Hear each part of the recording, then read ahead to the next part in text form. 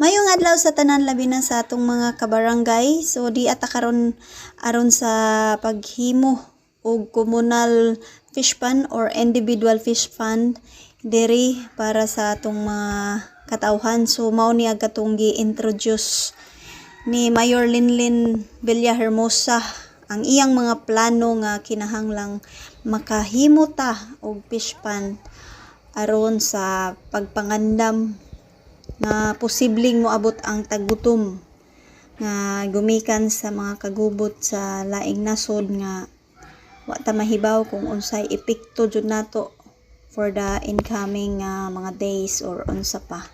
So giawhag ni Mayor ang mga tao sa pagpananom og mga lagutmon og mga utanon, labi na kanang dali ra dali ra nato magamit in case nga naa ra joy crisis nga mahitabo. So mao ni guys ang kini dinhi mao ni ang gikubkob na nga paghimuon nga fish pond. So medyo dako-dako po ni guys no. Maong magpasalamat ta ni Mayor tungod sa iyang mga plano ug mao na ni ang plano nahimo na gyud kay iyang gipadala diri ang bakho nila. Ang bakho para makakubkob tag mas dali ug mas dako gyud kaayo nga mga kubkubonon or makahimo na direct fish fund. So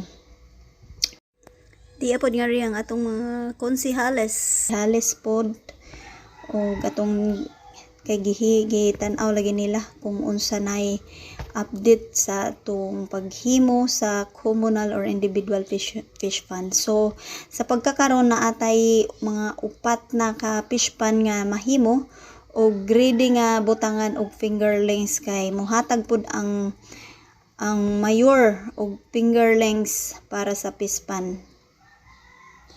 So salamat kayo Mayor sa imong provide labi na sa pagpadala sa imong bakho para na ay magamit para dili na lang magmanumano sa pagkubkob kay mas dali gyud og naay bakho mo nang daghan kayong salamat Mayor sa imong kakugi og kaayo sa atong barangay ilabi na sa diri sa Santa Margarita nga naa ka kanunay nga magpalikod sa atong kapitan. So mao ra to guys, daghang salamat og maayong adlaw sa tanan.